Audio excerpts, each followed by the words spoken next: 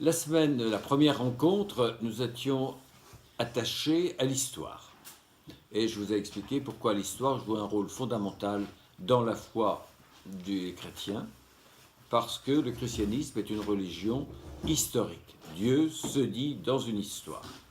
Et le christianisme, bien évidemment, ajoute que le Christ est le centre et la figure majeure de cette histoire, qui la récapitule parce que tout avait été annoncé et convergeait vers lui.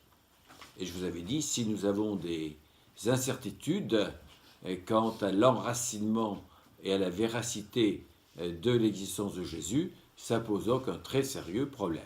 D'où la différence que nous avions vue entre un rôle et un enracinement historique d'une part, et d'autre part, le mythe. Et nous avions bien vu qu'il y avait deux types de religions. Voilà. À la fin de notre cheminement la semaine dernière, je vous avais montré que nous avions des attestations qui nous permettaient de répondre positivement à la question « Le Christ a-t-il existé ?» Et ces attestations, bien sûr, sont pleines de poids, même si elles sont brèves et légères, parce qu'elles viennent d'auteurs non chrétiens, en particulier les auteurs latins qui jouent ici un rôle majeur. C'est eux qui jouent un rôle majeur, et c'est grâce à eux, d'une certaine manière, qu'aujourd'hui est communément admise l'historicité de Jésus. Reste après l'autre question, qu'est-ce que nous savons vraiment de Jésus? Pouvons connaître des tas de choses de l'environnement de Jésus, mais la personne lui-même, vous le savez bien, il y a des trous dans la vie de Jésus, puisque nous connaissons pratiquement rien de l'enfance de Jésus. Dans la vie publique de Jésus, nous connaissons des choses, ce qu'il a fait, ce qu'il a dit, mais par exemple, nous ne connaissons pas sa vie intérieure, ses états d'âme, sa psychologie. Mais nous en connaissons assez pour pouvoir nous appuyer là-dessus.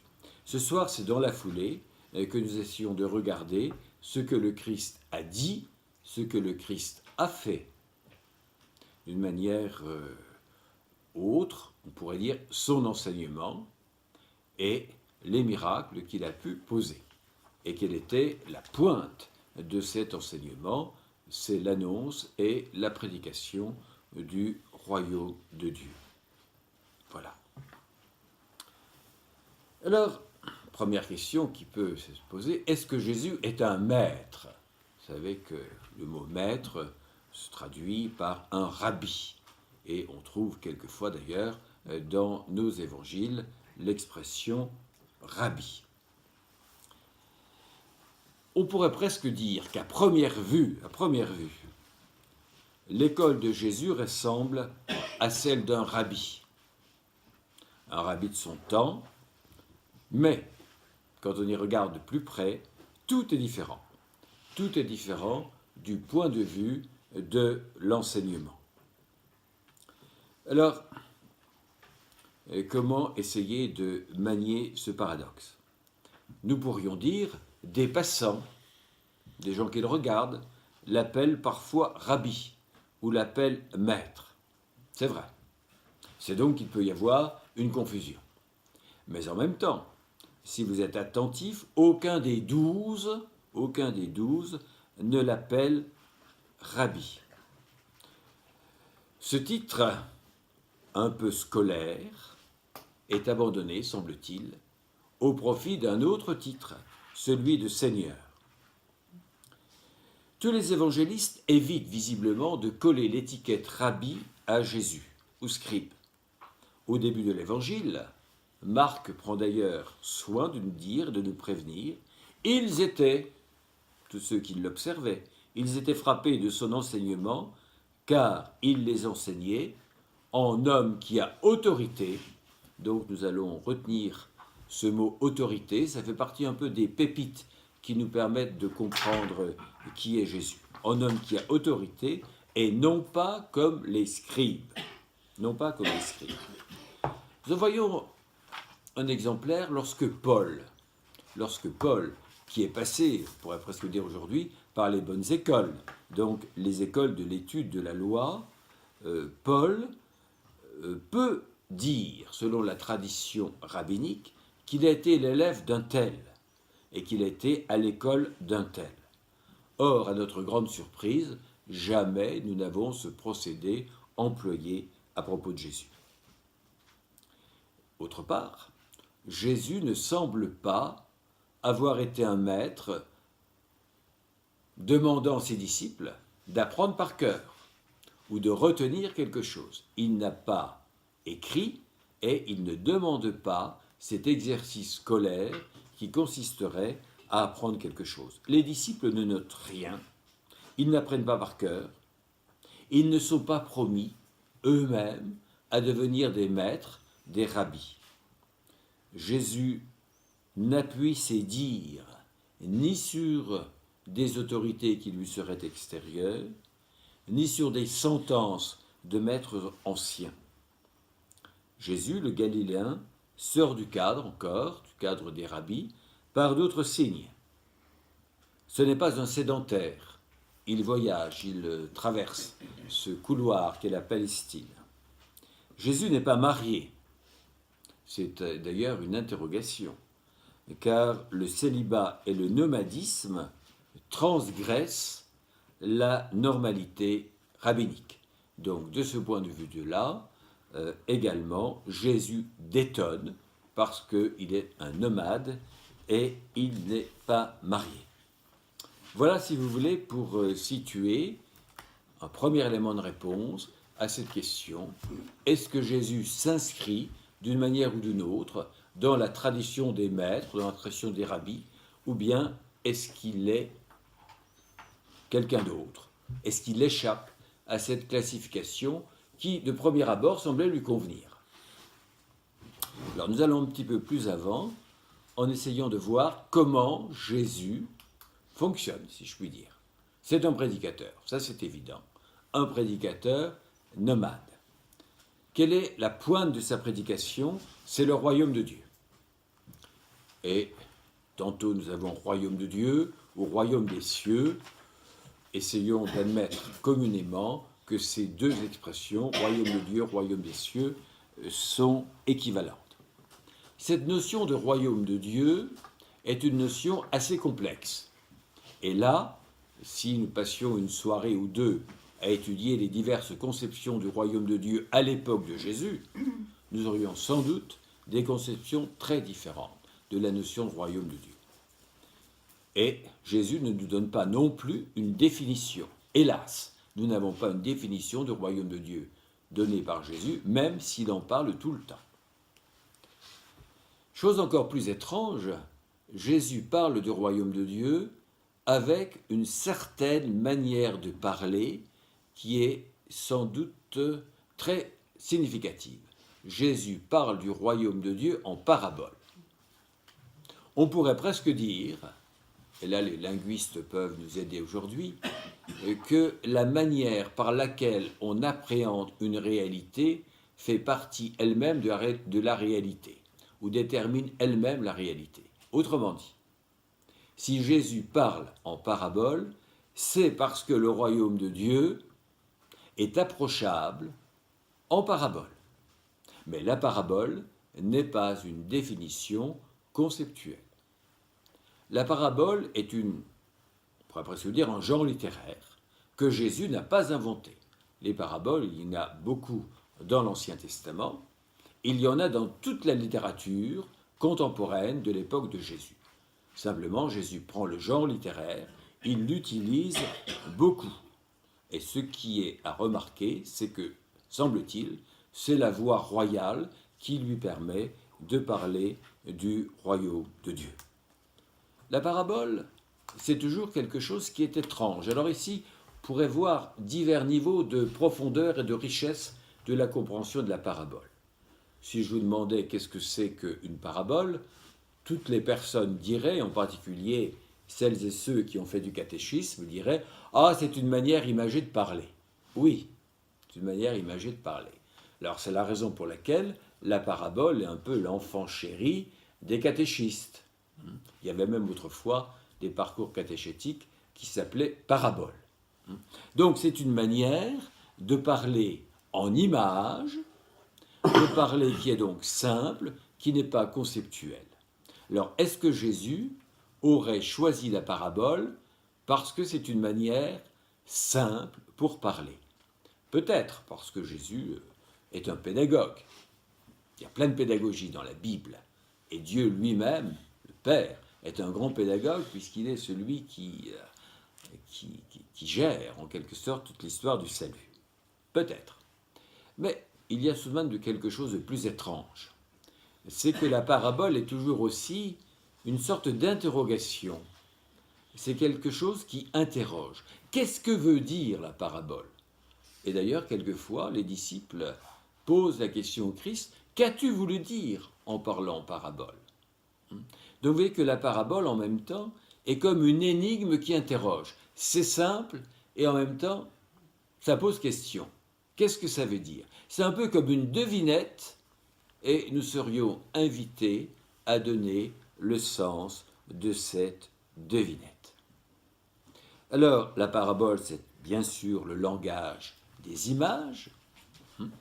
Ce sont des images qui fonctionnent beaucoup dans la Bible. Je vous donne un exemple. Quand le Christ dit à ses disciples « Vous êtes la lumière du monde », il ne leur dit pas « Vous êtes comme la lumière du monde ». On comprend, vous êtes comme la lumière du monde. Vous êtes la lumière du monde. Bien sûr, les disciples savent bien qu'ils ne vont pas se mettre à clignoter. Ce n'est pas une guirlande de Noël qui tout d'un coup entoure les disciples. Voilà.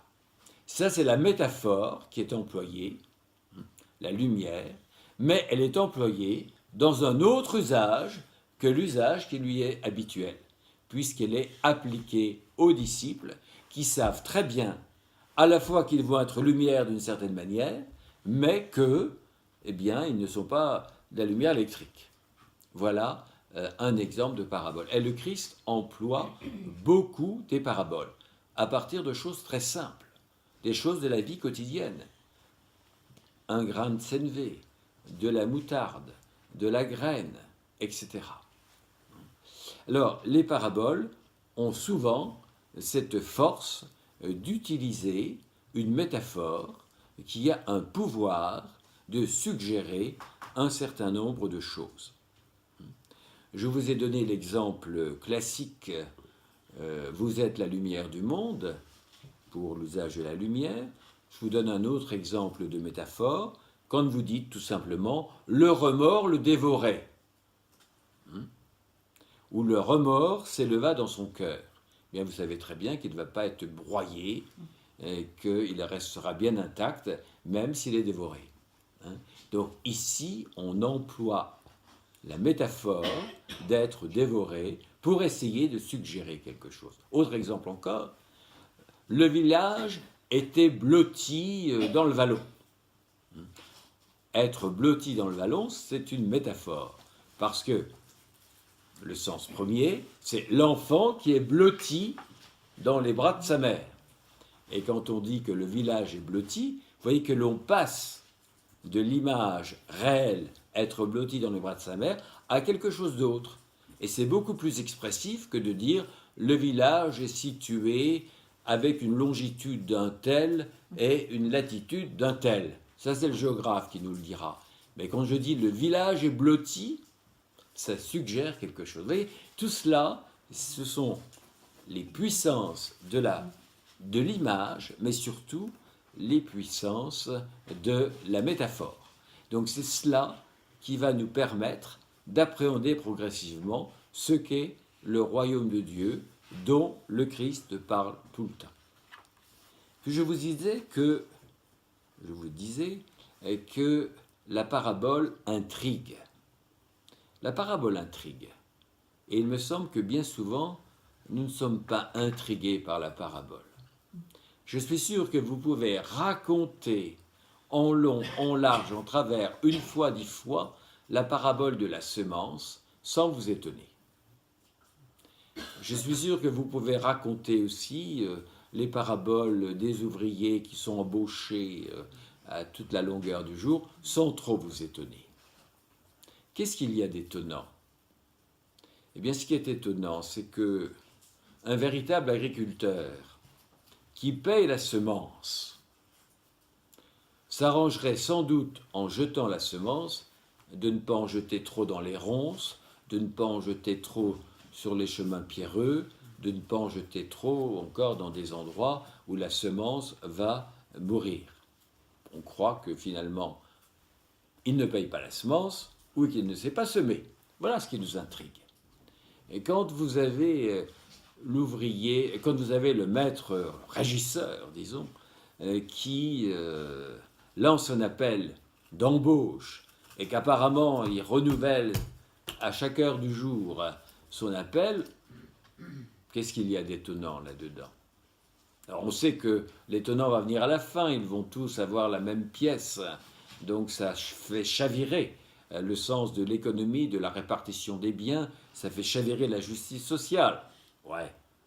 Mais ce qui est surprenant déjà, c'est que le maître, le régisseur, et on pourrait dire, il n'est pas très doué quand même, s'il n'est pas capable de savoir combien il lui faut de personnes embauchées le matin, il n'est pas très doué. Voilà. Et puis, est-ce qu'on embauche vraiment quelqu'un en fin d'après-midi quand on va replier les affaires? Donc vous voyez que dans toutes ces paraboles qui usent de métaphores, on vous met aussi des éléments surprenants, une intrigue. Donc nos paraboles, elles sont beaucoup plus difficiles ou beaucoup plus interrogatives qu'on ne le pense, parce qu'elles introduisent toujours une image étonnante. Quel rapport peut-il y avoir entre le fait qu'il y ait de la lumière et que les disciples soient la lumière du monde? Quel rapport peut-il y avoir entre le royaume de Dieu et ce régisseur? Quel rapport peut-il y avoir entre le règne de Dieu et puis les ouvriers ou la semence? Voilà. Et en plus, il y a de l'intrigue, puisque les choses sont surprenantes et il y a toujours un récit qui est là et qui introduit de l'insolite, du bizarre, de l'étrange. Tout cela pour nous faire comprendre que le royaume de Dieu est peut-être lui aussi source d'intrigue, d'étrangeté, d'interrogation. Si le royaume de Dieu fonctionnait à l'image de nos sociétés humaines, il n'y aurait pas besoin d'intrigue, il n'y aurait pas besoin d'interrogation, il n'y aurait pas d'inédit. Donc vous voyez que la parabole introduit de l'étrangeté, introduit quelque chose de nouveau, et on pourrait presque dire, par son étrangeté et sa nouveauté, elle nous fait entrevoir le royaume de Dieu. Un petit peu, si vous voulez, comme si un paysage, vous ne pouviez pas le voir en ouvrant largement la baie vitrée de votre salon, mais que vous pouviez l'apercevoir en montant par la lucarne du grenier, et que la lucarne du grenier vous permet d'accéder à l'horizon, vous permet d'accéder au ciel étoilé ou à la voûte céleste. Donc vous voyez que derrière le royaume de Dieu, d'une certaine manière, se laisse entrevoir par l'étrangeté du récit de la parabole. Voilà. Donc, j'essaye d'honorer la constatation que pour nous parler du royaume de Dieu, dont il nous parle tant, le Christ a recours à ce genre littéraire assez étrange qu'est la parabole, laquelle parabole est beaucoup moins simple que bien souvent on veut bien le dire, en y voyant qu'une espèce d'agrémentation faite avec des images pouvant être utilisées facilement par des enfants qui ne possèdent pas encore la conceptualité. Voilà. Et donc le Christ nous parle du royaume de Dieu en parabole, et sans doute qu'à travers chaque parabole, quand vous l'avez entendu, vous vous dites « Ah, il y a un petit quelque chose du royaume de Dieu qui se laisse entr'ouvrir, qui se laisse dévoiler. » Car le royaume de Dieu est étrange, c'est normal qu'il soit étrange, sinon il serait le royaume des hommes. Voilà pour le royaume de Dieu qui se dit en parabole. Le royaume de Dieu. Le Christ parle en parabole et en même temps il sait très bien que tous ses auditeurs ont déjà une certaine compréhension du royaume de Dieu. Bien sûr, ils ont une compréhension du royaume de Dieu. Ils n'ont sûrement pas tous la même compréhension du royaume de Dieu. Mais dans l'Ancien Testament, il est question du royaume de Dieu. Ils connaissent les grands rois, modèle, la belle figure de David, la figure de Salomon.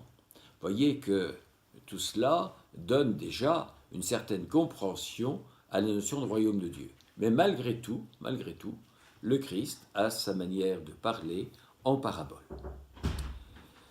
Donc, il ne nous dit pas ce que c'est que le royaume de Dieu, mais à travers des attentes très variées. Quand je dis qu'il y a des attentes très variées à propos de la notion de royaume de Dieu, je vous en donne un exemple. Les zélotes, à l'époque de Jésus, qui étaient, on dirait aujourd'hui, des gens qui avaient un sens aigu de la politique et de l'agitation sociale ou politique, avaient une idée très simple pour le royaume de Dieu. Le royaume de Dieu, c'est essentiellement nous libérer de l'occupant romain. Bon. Ils ont une conception du royaume de Dieu qui est une conception politique et territoriale. Au début, quand vous prenez des textes des psaumes ou même des textes des prophètes, vous avez l'impression que pour Israël, la conception du royaume de Dieu, c'est avoir un État qui est bien solide dans ses frontières. La Palestine est ce grand couloir où facilement il y a des menaces d'invasion.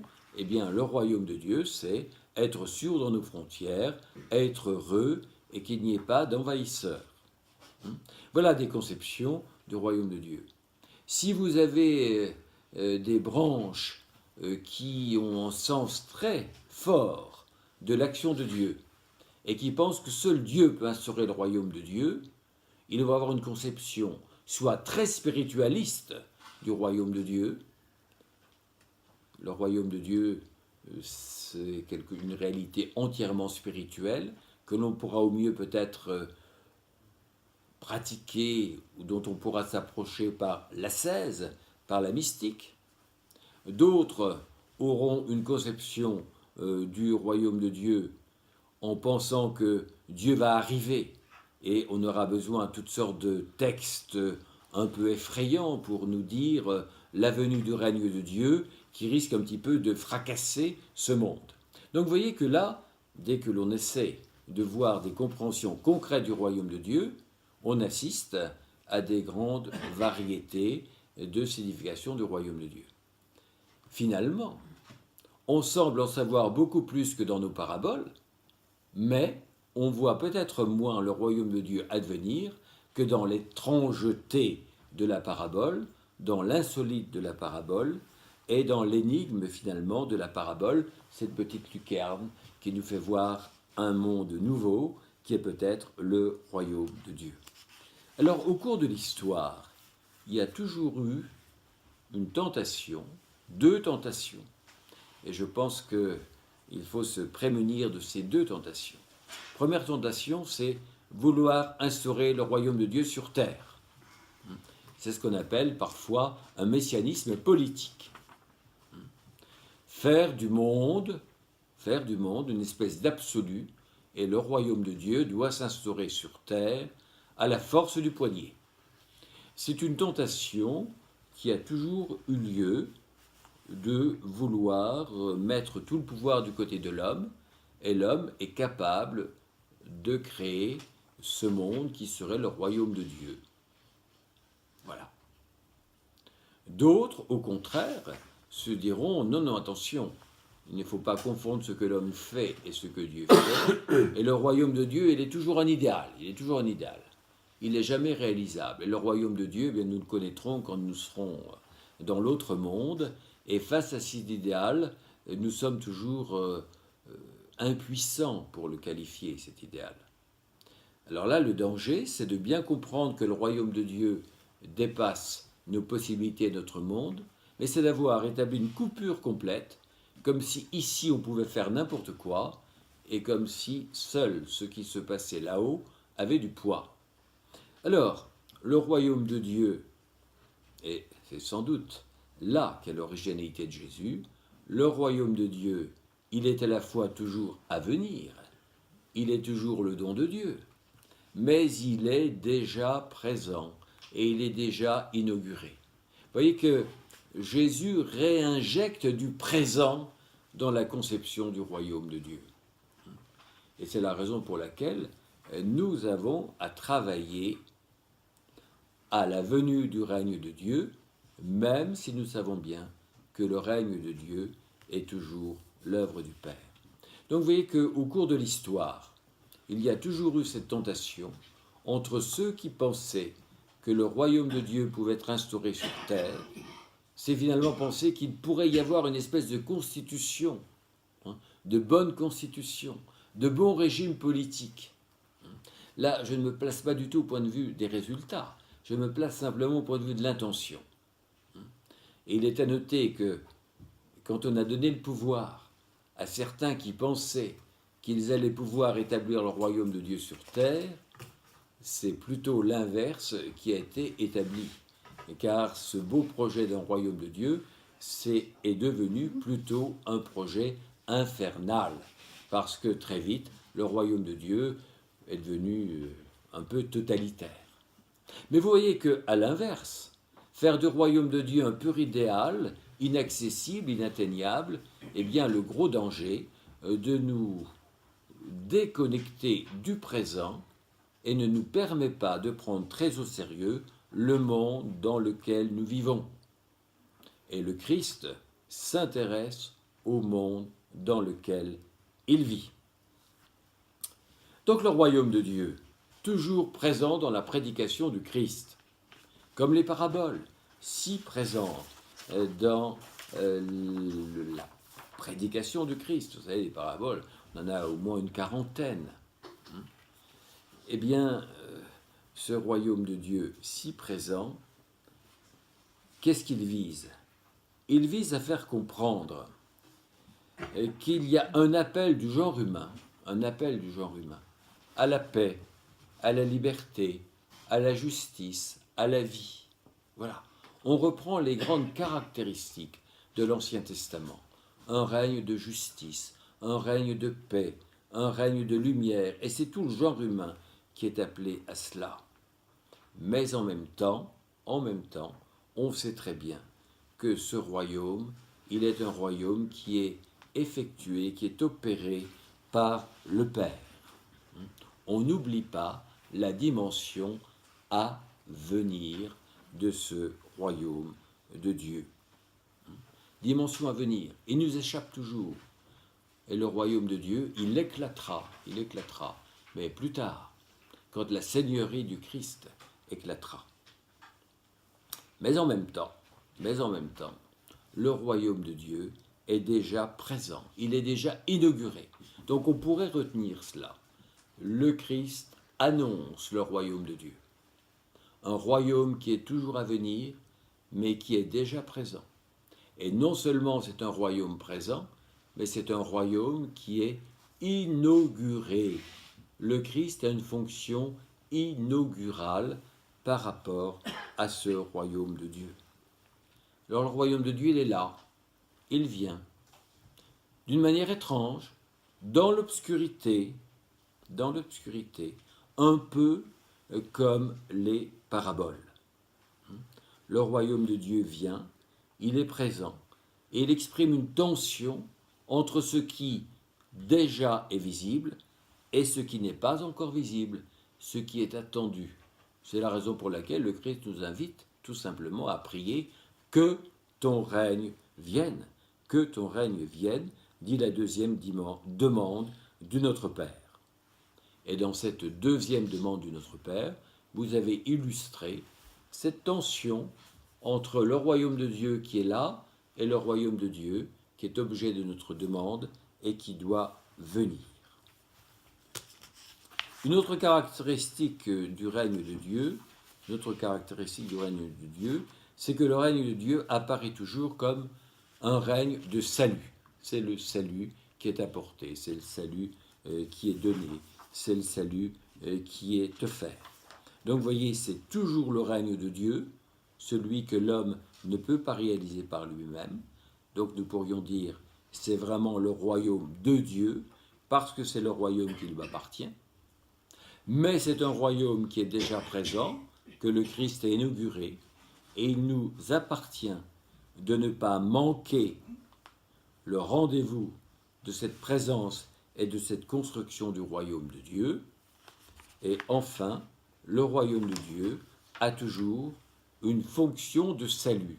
C'est pour cela que c'est la bonne nouvelle du royaume de Dieu, la bonne nouvelle du royaume qui nous sauve.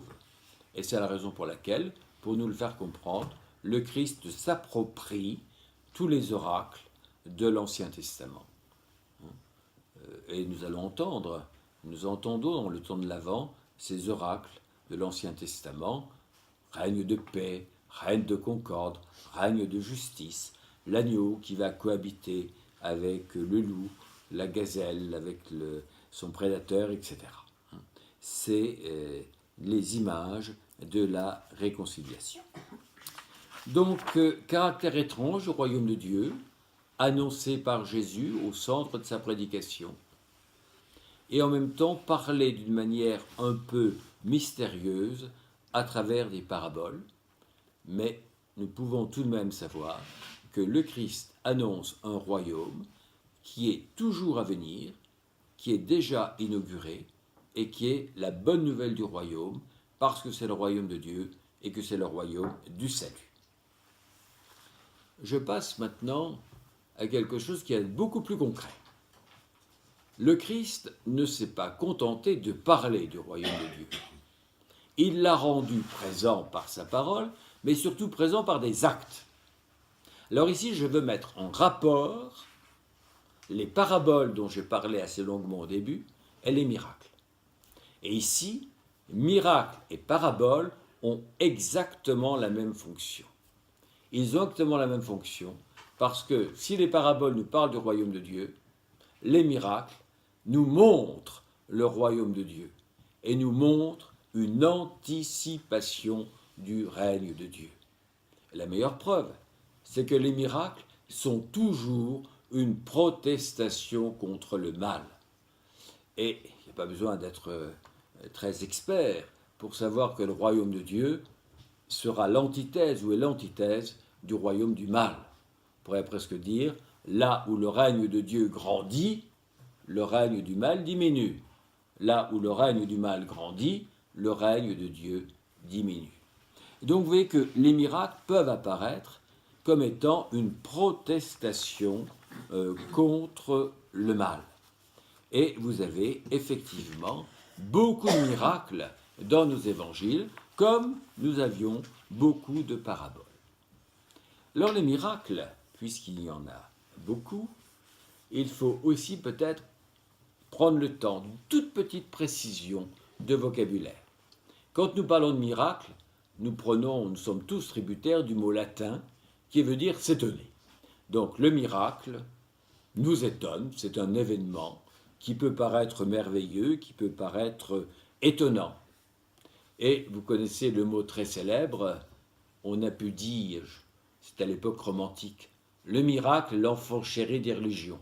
Alors c'est vrai que pendant longtemps, les religions aimaient le miracle, et on pouvait presque dire, plus il y a de miracles dans une religion, plus elle a des chances d'être bonne, voire d'être la meilleure. Ça a fonctionné un certain nombre d'années, de siècles peut-être, surtout à l'époque romantique. Aujourd'hui, on pourrait presque dire, et beaucoup disent, le miracle est presque la croix des religions. Que faire de tant de miracles dans les religions? Pourquoi? Parce qu'on a une mentalité moderne qui est beaucoup plus soupçonneuse et beaucoup plus critique à l'égard du miracle. Il suffit que vous parliez d'un miracle pour qu'immédiatement, il y ait quelqu'un qui dise « foutaise » ou qui dise des affaires, c'est irrationnel. Donc vous voyez qu'aujourd'hui, le miracle est sûrement beaucoup plus difficile à gérer. Alors il y a eu des gens qui ont eu la tentation de dire essayons de dépoussiérer nos évangiles, hein, et puis on va mettre les miracles de côté. Hein. On va trouver toutes sortes de choses. De toute manière, bon, Jésus a dû faire des miracles, oui, mais s'il en a fait un, on en a raconté 5. Hein. S'il a fait un miracle un peu extraordinaire, on va embellir, hein, le récit. Donc c'est des gens qui pensaient que pour coller un petit peu à la mentalité moderne, il fallait faire un petit peu le tri et que le miracle était finalement encombrant. Mais essayez d'ouvrir votre évangile de Marc. Essayez d'enlever, symboliquement, ne déchirez pas votre évangile, mais essayez d'arracher toutes les pages où il y a des miracles. Bien, je crois que vous n'aurez plus d'évangile de Marc à la fin. Hein, voilà. Donc c'est quand même un petit peu gênant de faire une espèce de théorie, hein, de la mise à distance du miracle. Alors le miracle a sans doute une fonction. J'ai déjà dévoilé la signification. Je vous ai dit que c'était une protestation contre le mal, et je vous ai dit que ça servait à illustrer le royaume de Dieu. Donc vous voyez que le miracle a cette fonction. Mais je vous ai dit aussi que le miracle, à partir du latin, nous branchait sur l'étonnement. Si vous prenez les évangiles, vous savez que les évangiles ont été écrits en grec et non pas en latin, eh bien que les Grecs utilisaient 3 mots assez différents que le latin a rassemblés en un seul mot.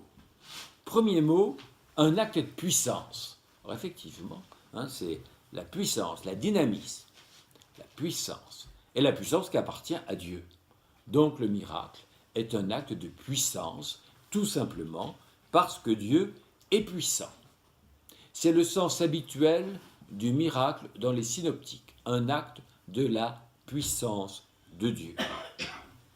Vous avez un deuxième terme, le terme prodige, qui n'est pas le même mot grec, hein. C'est un autre mot grec, terras. Ça veut dire des choses extraordinaires. Alors là, nous ne sommes pas loin d'une autre signification, c'est extraordinaire parce que c'est merveilleux. Oui. Et on va insister sur le caractère merveilleux du miracle. Si vous comparez les miracles que nous trouvons dans les évangiles avec les miracles que nous trouvons dans d'autres textes religieux non chrétiens ou dans la littérature simplement de l'époque, vous serez frappé de constater que les miracles opérés par Jésus sont en général assez sobres et ne relèvent pas ou relèvent peu du prodige et qu'il n'y a jamais un culte de l'extraordinaire. Les miracles opérés par Jésus sont sobres et ils ne visent pas le caractère extraordinaire. Autrement dit, permettez-moi l'expression très triviale, Jésus n'est pas un animateur de foire qui procéderait à coup de miracle pour essayer de convertir le gogo. Voilà. Donc, ça, c'est un peu le sens grec qui nous permet de voir ces diverses nuances. Dynamisme, oui, parce que ça renvoie à la puissance, à l'action, à la puissance de vie de Dieu.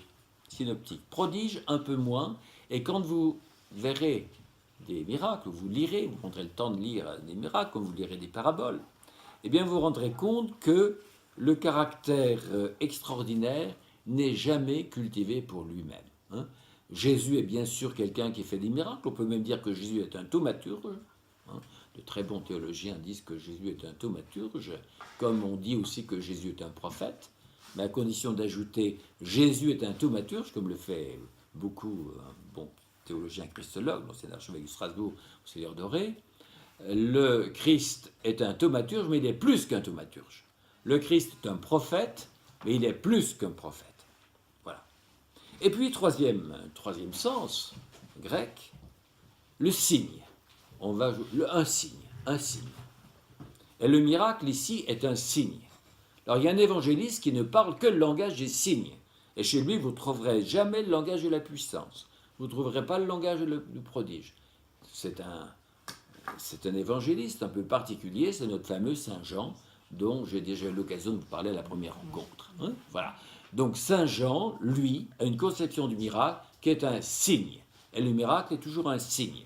Donc vous voyez que quand vous faites un cadeau à quelqu'un, vous lui faites un signe. Tout cadeau est un langage qui essaie d'introduire une relation. Un cadeau, c'est toujours un signe d'amitié. Voilà.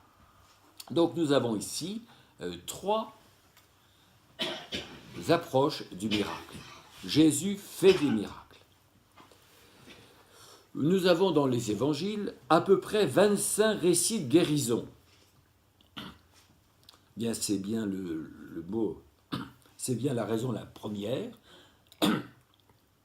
Les miracles sont une lutte contre le mal, et si c'est une guérison, c'est nous faire prendre conscience qu'à travers une guérison, il y a sans doute une proximité du salut. Que veux-tu que je fasse pour toi, dit Jésus à l'aveugle. Que je vois. Eh bien, l'aveugle qui avait besoin de voir, dont c'était ça le désir, qu'est-ce que c'était que le salut pour lui? C'était voir. Donc vous voyez qu'ici, il y a une grande proximité entre la guérison et la sollicitude de Jésus à l'égard de l'homme souffrant, la sollicitude de Dieu qui est amour à l'égard de quelqu'un qui souffre et qui, dans sa vie, semble être laissé pour compte.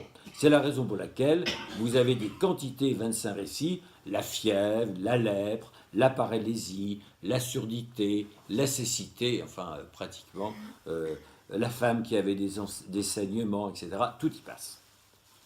Vous avez des miracles moins nombreux, mais qui ont un rôle important, ce sont les miracles d'exorcisme. Alors les miracles d'exorcisme nous montrent qu'il y a sans doute une lutte contre le mal, puisque Satan, c'est bien l'ennemi, c'est bien celui qui essaie de faire trébucher, c'est bien celui qui introduit de la division là où Jésus veut introduire de l'unité. Satan, c'est le diviseur qui divise celui qui va chuter, à tel point qu'on disloque en quelque sorte sa cohésion interne. Donc quand le Christ libère dans un exorcisme, c'est qu'il veut libérer. Et là, le salut ne rime plus avec guérison, mais avec libération. Libérer du mal, qui tient prisonnier, qui tient captif. Le plus bel exemple, et Jésus est un peu polémique avec cet exemple, mais le plus bel exemple, c'est la femme courbe qui est possédée et qui est toute courbée. Et Jésus l'a guérie un jour du sabbat. Et on fait remarquer que Jésus vraiment est insupportable de guérir le jour du sabbat. Et quelle est la réponse de Jésus? La réponse de Jésus est un peu provocante. Jésus dit, on ne pouvait pas admettre qu'une fille d'Israël puisse rester captive quelques jours de plus ou quelques heures de plus. Ça fait des années qu'elle est captive.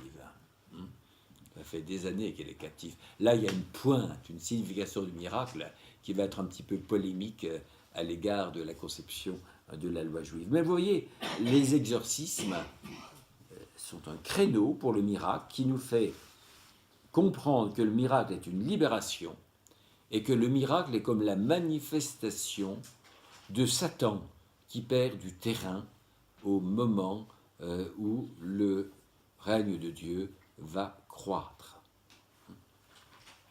Vous avez aussi des miracles de résurrection, ou vaudrait mieux parler de retour à la vie. De retour à la vie.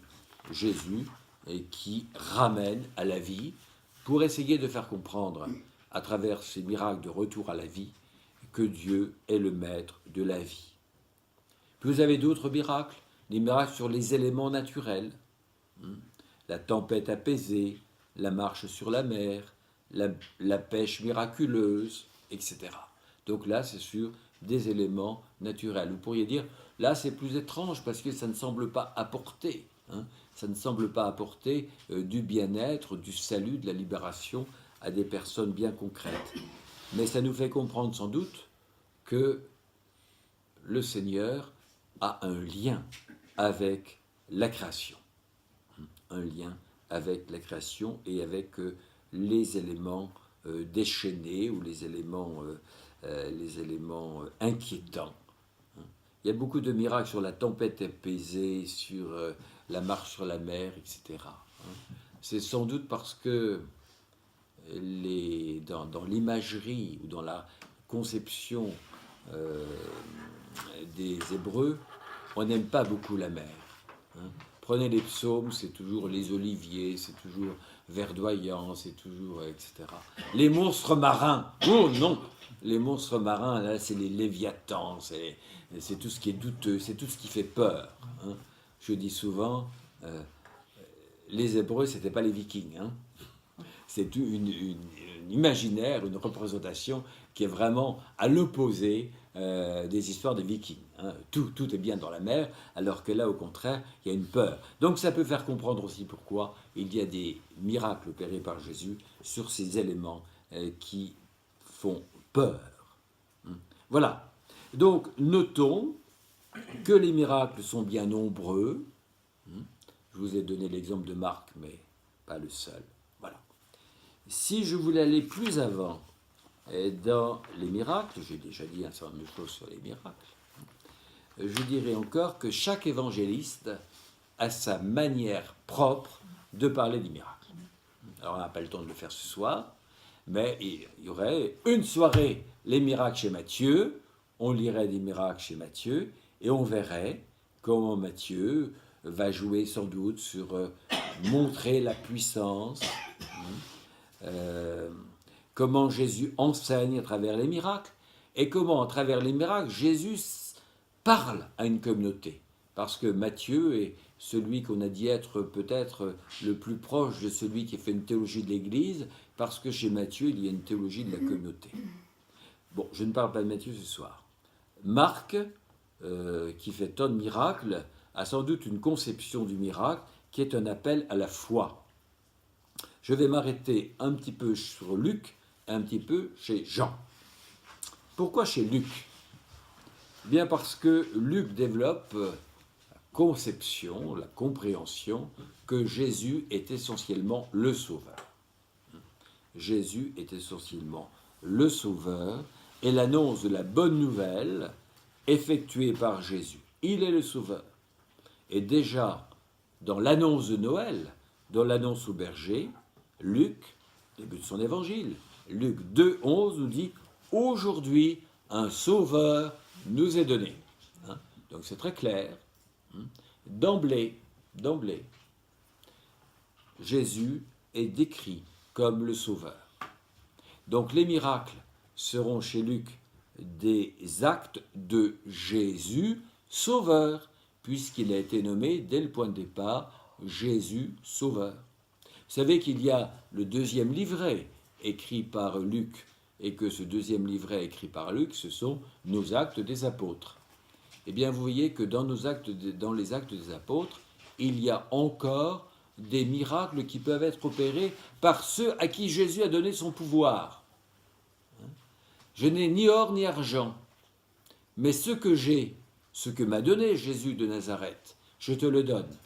Et là, il y a un miracle d'accompli. Donc vous voyez que vous avez toute une signification et tout un encadrement des textes de Luc par le miracle pour montrer que Jésus est sauveur, que la guérison est exprimée souvent chez Luc en termes de salut, guérir, sauver. Il y a un grand rapprochement entre le salut et la guérison. Lorsque Jésus dit à la femme malade, va, ta foi t'a sauvée. Elle est guérie, la femme. Qu'est-ce qu'elle comprend ? Elle est sauvée parce qu'elle est guérie. Mais on sent aussi que Jésus veut aller plus loin que la simple guérison. Et que la guérison est bien pour lui l'occasion de découvrir quelque chose qui va être le salut qui dépasse la guérison corporelle. Comme le royaume de Dieu dépassait l'établissement d'un royaume bien affermi dans des frontières sûres et sécurisées. Donc le miracle est bien le salut qui est annoncé d'une manière encore non définitive, limitée. Pourquoi je dis ça ? Bien parce qu'il y a peu de personnes qui bénéficient du miracle. C'est toujours une grâce qui est accordée à un certain nombre. Le miracle n'est jamais fait à la chaîne. On pourrait le regretter, il n'est jamais fait à la chaîne, c'est toujours une relation individuelle. La preuve, c'est que vous avez 11 lépreux guéris, vous avez une douzaine de lépreux guéris, il n'y en a qu'un qui va comprendre ce qui s'est passé, celui qui va venir remercier. Et donc, c'est toujours un salut individualisé, ce sont des personnes concrètes qui sont guéries, comme à Lourdes. Ce sont des personnes, ou une personne bien concrète qui est guérie, qui a son histoire, et si miracle il y a, et si miracle est reconnu un jour par l'Église, ce sera à partir ou avec cette histoire-là. Ou encore, ce n'est pas le miracle qui touche la création tout entière. Le Christ aura un pouvoir sur la création, mais ce n'est pas à ce moment-là. C'est saint Paul qui sera plus le théologien du pouvoir du Christ sur la création tout entière. Donc la guérison, le miracle est comme une anticipation du salut, dans la mesure où il est guérison, il le montre, il l'anticipe. Bref, le miracle à travers Jésus, c'est une action de Dieu. Et je vous renvoie à Luc 11, 20. Luc 11, 20. Si c'est par le doigt de Dieu que je chasse les démons, c'est donc que le règne de Dieu est arrivé jusqu'à vous. Alors j'aime beaucoup cette phrase de Luc 11, 20, parce que vous voyez que Jésus accomplit un miracle, et il nous dit que c'est par le doigt de Dieu qu'il l'accomplit, parce qu'il y a toujours des esprits un petit peu mal tournés ou pervers qui disent « Est-ce qu'il n'a pas fait un pacte avec Satan pour accomplir des miracles ?» Donc il nous dit bien « Si c'est par le doigt de Dieu que je chasse les démons », donc Jésus dit bien « C'est par le doigt de Dieu que je chasse les démons ». C'est donc que le règne de Dieu est arrivé jusqu'à vous. Il est bien inauguré, ce règne de Dieu. Donc ce que je vous ai dit tout à l'heure, le règne de Dieu est inauguré. Voilà, je ne l'ai pas inventé. Il est inauguré et il est présent et il arrive jusqu'à nous. Voilà, grosso modo, quelques petits points pour la perspective lucanienne. Luc. Je vous ai dit que je dirais aussi un mot de Jean. Alors, si on peut résumer le miracle, les signes de guérison et anticipation du salut chez Luc, on pourrait dire que chez Jean, parce que Jean ne parle que des signes, le miracle est toujours un signe. Mais est-ce que c'est qu'un signe? Un signe d'amitié. Ça renvoie au sentiment ou à la relation que je veux créer. Voilà. Bon. Eh bien, chez Jean, Jean veut toujours renvoyer à l'identité glorieuse de Jésus. Je vous avais dit lors de la première rencontre que Jean avait une idée qui courait tout son évangile, essayer de nous faire comprendre l'identité profonde de Jésus. Jésus est le Verbe de Dieu. Jésus est le Verbe de Dieu, le Fils de Dieu.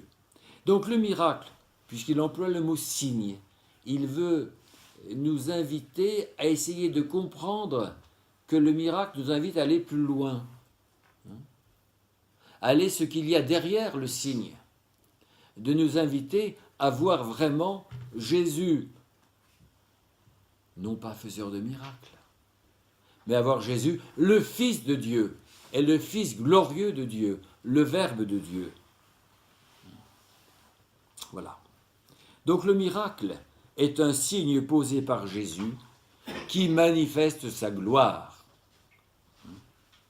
Le miracle renvoie au moment où éclatera l'identité de Jésus. Et chez Jean, paradoxalement, l'identité de Jésus, elle va éclater à un moment étrange, car Jean est celui qui nous parle toujours de l'heure. Et vous savez que l'heure de Jésus, c'est-à-dire le moment essentiel, l'heure de Jésus chez Jean, c'est l'heure de la passion. Parce que là, la passion, c'est encore le signe de l'amour, et le signe de l'amour crucifié, de l'amour qui se donne. Donc l'amour total éclate dans la passion. Et dans les noces de Cana, nous voyons que les noces de Cana, c'est le premier miracle posé par Jean. Il y a aussi le mot « heure » qui arrive. Quand Marie le presse un peu à faire le miracle, qu'est-ce qu'il dit? « Mon heure n'est pas encore venue ». Alors, l'heure, il va faire le miracle.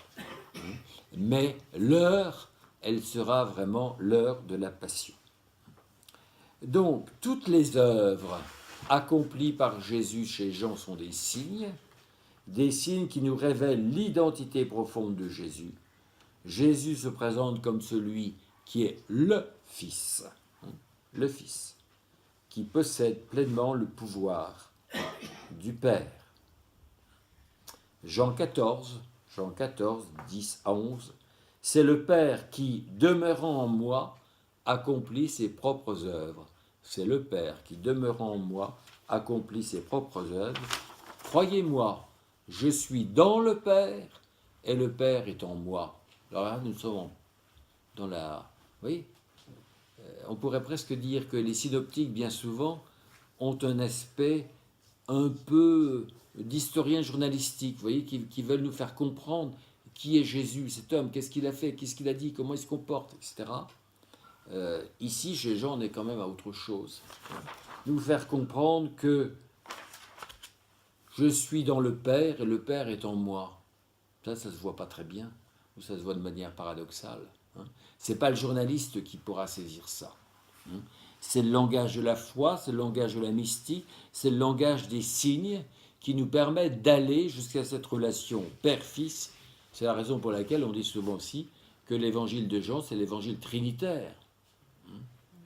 Souvent on nous dit « Ah, qu'est-ce que c'est que la Trinité? Qu'est-ce que l'Église a inventé ?» On ne trouve pas le mot Trinité dans le Nouveau Testament. Si vous raisonnez comme ça, c'est vrai. Il n'y a pas le mot Trinité dans le Nouveau Testament. Ça, bon. Mais tout y est. Il y a les personnages, si je puis dire. Mais non, on voit la relation d'intimité entre le Père et le Fils. Voilà l'œuvre du Père accomplie par le Christ. Voilà, donc tout cela permet de comprendre pourquoi chez Jean, le miracle est toujours utilisé comme étant un signe. Il emploie d'ailleurs uniquement le terme signe, et c'est le signe qui nous permet de comprendre quelle est l'identité profonde de Jésus, de comprendre le lien d'intimité avec celui qu'il appelle le Père, et finalement de comprendre déjà que le Christ nous renvoie au Père et que la Trinité est à l'œuvre parce que l'Esprit n'est pas loin. Donc voilà ce que l'on pouvait dire rapidement sur les miracles. Peut-être que tout à l'heure on va bientôt arrêter parce que ça fait presque une heure, mais je voudrais, avant que nous puissions parler, encore dire une chose sur l'autorité de Jésus. Ça, c'est une question importante, l'autorité de Jésus. C'est pour ça que je vous ai lu tout à l'heure le texte. Il parle comme quelqu'un qui a autorité. Et je vous avais dit dans la première séance, faire le portrait de Jésus se pose aussi la question de savoir quelle est son autorité. J'avais dit, toute la théologie allemande, dans la période contemporaine, insiste beaucoup sur l'autorité de Jésus, d'où son originalité, d'où son audace. Il est celui qui va appeler son père père.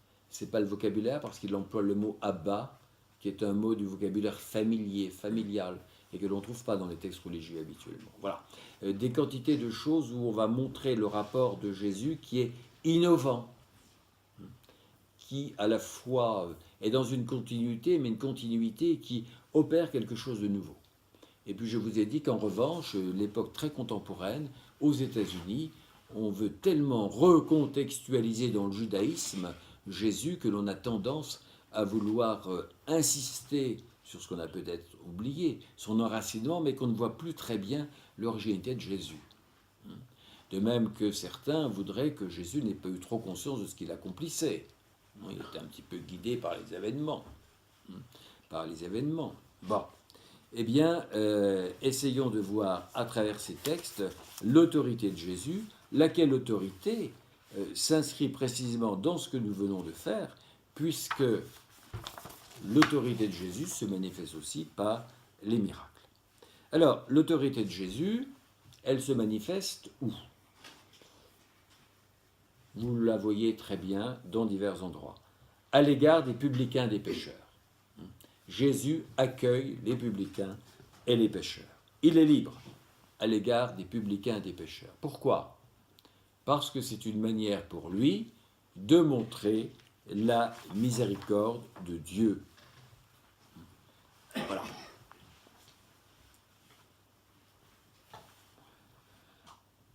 Il est libre aussi à l'égard des foules. Il n'hésite pas à prendre des distances par rapport à des médiations habituelles. La médiation habituelle, la médiation privilégiée, c'était le temple de Jérusalem. Et je crois que nous n'avons jamais assez une conscience vive de l'importance du temple pour Jérusalem et pour tout le système religieux.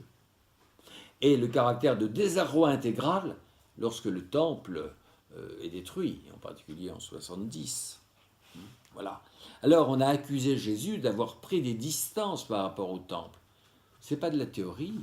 Vous avez le fameux épisode avec les marchands du temple.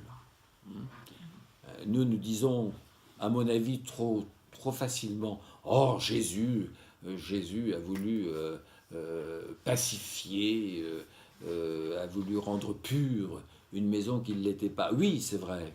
Oui, c'est vrai. Mais en même temps, il n'empêche que pour les gens, c'était quand même essayer, ou d'une manière ou d'une autre, prendre des distances par rapport au culte sacrificiel. Ces gens-là, ils ne vendaient pas des frites, hein. Ils vendaient des animaux qui étaient indispensables au culte rendu dans le temple. Et les parents de Jésus bien, ont eu le profil plus modeste lorsqu'ils ont acheté leurs tourtereaux pour les sacrifier. Donc vous voyez que... voilà. Et puis quand Jésus dit de ce temple-là il ne restera rien, c'est pas simplement une prophétie, pour les gens c'était choquant. Donc voilà des tas d'exemples où Jésus fait preuve d'autorité, aussi le pardon. Quand Jésus guérit quelqu'un, et pour faire comprendre que ce qu'il fait est plus profond que le miracle, il lui dit tes péchés sont pardonnés. Bon, on ne sait pas trop ce qu'a compris cette dame, mais les péchés sont pardonnés sans qu'on passe par le temple. Et les gens vont tout de suite réagir en disant « Mais qui est-il pour pardonner les péchés? Dieu seul peut pardonner les péchés. » Donc vous voyez que vous avez beaucoup d'endroits où l'autorité de Jésus éclate. On pourrait dire à travers l'accueil des publicains et des pécheurs, une certaine distance par rapport à la ritualité, une certaine distance, ou qui paraît une distance par rapport au temple, par rapport à un certain nombre de normes.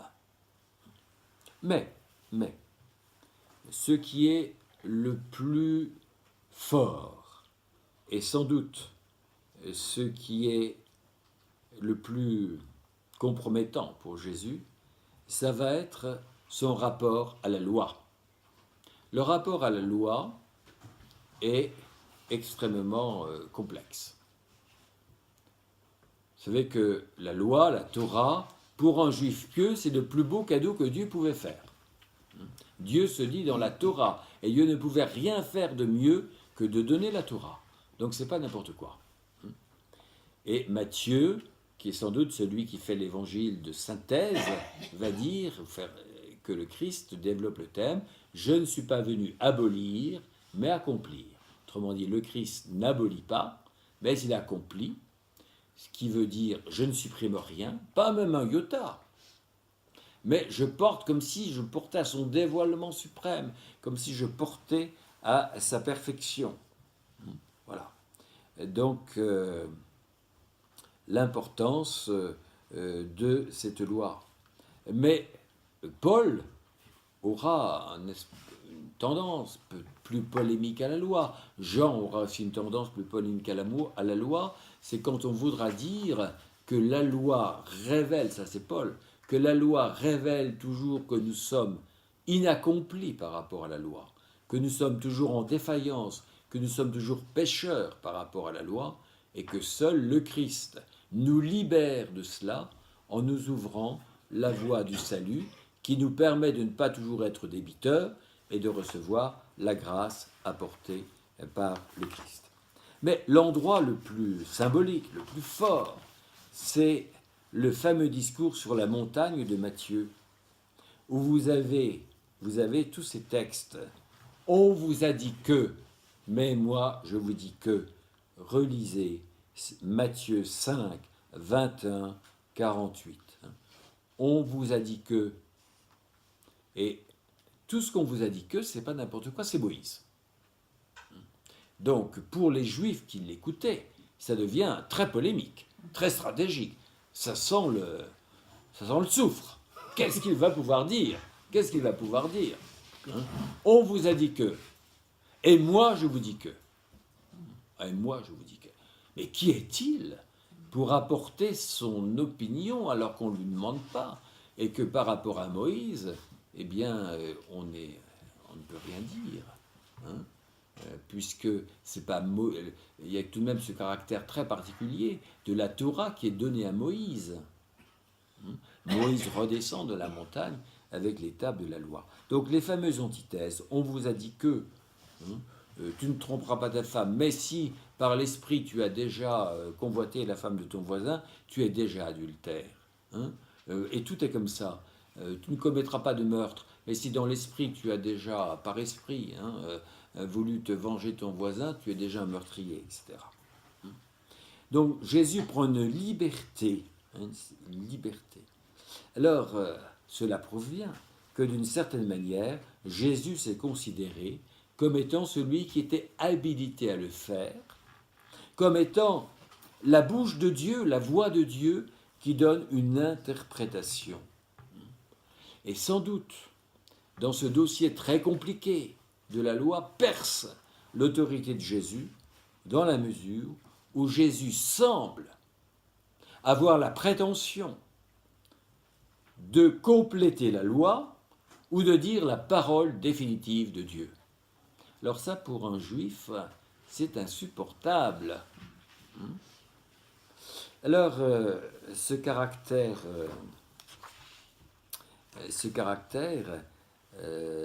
a été l'objet d'un débat parce que beaucoup de gens disaient « Oh oui, mais les chrétiens et les théologiens catholiques ont tendance à forcer un peu les textes, à vouloir toujours montrer que Jésus en a fait beaucoup.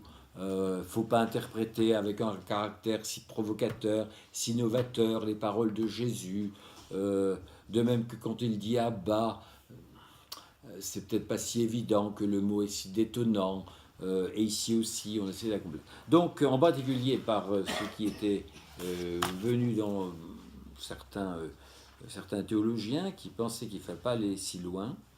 Et là, on a assisté ces dernières années à un étrange dialogue, mais ô combien instructif, entre le théologien Joseph Ratzinger, Benoît XVI, et puis un pasteur, un rabbin universitaire juif américain.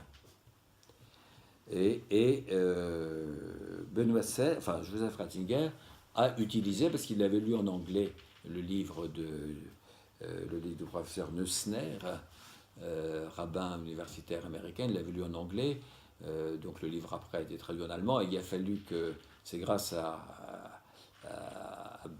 Ratzinger devenu Benoît XVI, que les éditeurs français ont pu traduire le livre de Neusner, Un rabbin parle avec Jésus, et comme ils l'ont traduit, il fallait quand même que le fait d'avoir dépensé de l'argent pour le traduire, ça rapporte un peu de sous quand même.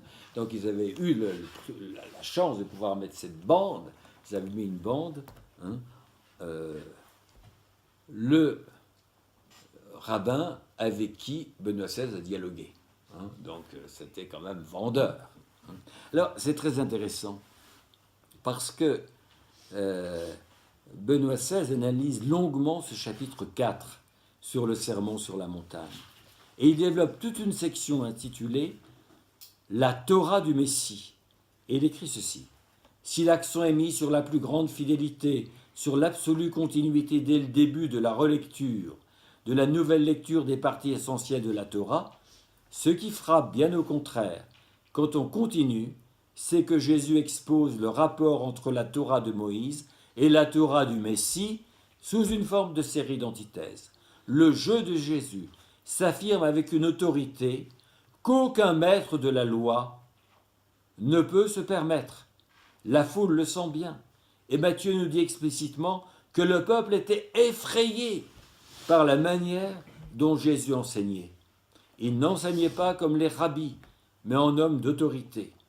L'expression ne désigne évidemment pas quelque qualité rhétorique des discours de Jésus, dit Benoît XVI, mais la prétention avouée de se trouver soi-même au niveau législateur, soi-même au niveau de Dieu.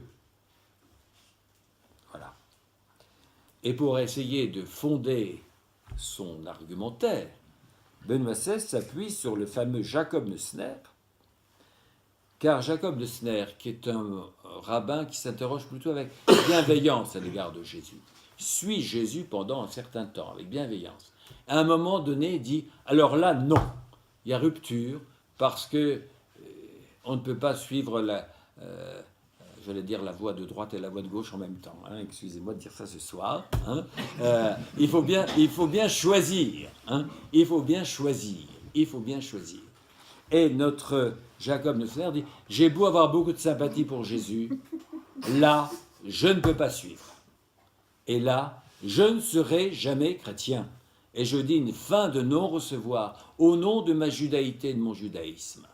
Parce que, pour Neusner, dans ce chapitre-là, Jésus introduit une nouvelle religion. Et là, c'est non possumus, je ne peux pas. Et si je pouvais, eh bien je quitterais mon judaïsme pour devenir chrétien. Vous voyez ? Donc c'est très intéressant de voir comment, au moment où pas mal de théologiens catholiques veulent un petit peu réduire et téter un peu tout ce qui dépasse dans Jésus pour le rendre plus supportable ou peut-être moins conscient de ce qu'il fait. Jacob Neusner a bien vu que là, il y avait une ligne de fracture et une ligne de démarcation qu'il ne pouvait pas suivre, parce que, de son point de vue, c'était insupportable, et c'était le signe que c'était une nouvelle religion. Et Neusner, vous trouverez encore confirmation de cela, dans le troisième lieu de l'autorité de Jésus, qui est quoi ? L'invitation à se décider en sa faveur, l'invitation à le suivre, l'invitation à devenir disciple, l'invitation à tout quitter pour le suivre. Ah, vous n'avez pas ça ailleurs. Donc là encore, Jésus formule une exigence tout à fait unique. Il invite à une décision ultime et radicale. Il lie concrètement l'acceptation ou le refus du royaume. Il lie l'acceptation ou le refus du royaume, et je retrouve mon royaume, à une décision prise à l'égard de sa personne. Celui qui a rougi de moi et de mes paroles, le Fils de l'homme rougira de lui. Marc 3, 38. Et là, quelque part, Neusner dit, c'est bien la preuve qu'il crée une nouvelle religion, puisqu'il veut grouper des gens autour de lui. Voilà, donc je passe rapidement, mais c'est pour vous montrer que tout ce qu'on peut quand même dire de Jésus, et en particulier ce qui est intéressant pour nous, d'un point de vue historique, et voyez comment on peut essayer de trouver l'originalité, l'autorité de Jésus. Puis il y aura un deuxième point, c'est la revendication, mais j'en ai déjà parlé tout à l'heure à cause de Saint Jean, ou grâce à Saint Jean, la revendication d'une relation unique à Dieu, son Père. Et on sent très bien qu'il y a là une interrogation. Mais pourquoi tu dis ça ? Qui te permet de dire ça ? Et le Christ se montre toujours très énigmatique. Ce n'est pas une autorité humaine qui lui permet de dire ça. Ce n'est pas un maître qui aurait été son formateur, non. Assez mystérieusement, il laisse entendre que ça lui vient de l'intériorité. Alors chez Jean, évidemment, le voile est explicité. C'est la relation de filiation père-fils. Voilà. Le mot, la relation intime entre le père et le fils, qui est un point également très fort. Mais il n'y a pas que Jean, Matthieu aussi. Nul ne connaît le Fils si ce n'est le Père, et nul ne connaît le Père si ce n'est le Fils, et celui à qui le Fils veut bien le révéler. Voilà. Donc vous avez un certain nombre de phrases de Jésus où il est question du Fils. Et le Fils, ici, a beaucoup de poids comme étant une manière de comprendre ou de se comprendre pour Jésus très fortement. Et dans beaucoup de textes, le mot Fils, le Fils, a plus de poids que Fils de Dieu. Pourquoi ? Parce que c'est le Fils dans la relation Père-Fils. Alors que le Fils de Dieu, vous preniez une monnaie romaine et vous voyez que l'empereur était Fils de Dieu. Bon. Donc vous voyez que l'expression Fils de Dieu dans l'Antiquité avait beaucoup moins de poids que ce que nous voudrions trouver aujourd'hui. Aujourd'hui on dit « Ah, si vraiment il s'était décrété Fils de Dieu, comme ce serait bien ». Le Christ ne se dit pas Messie parce qu'on ne peut pas le comprendre. Fils de Dieu, c'est pas évident qu'on ait très très bien compris non plus. Mais le Fils introduit quelque chose de nouveau.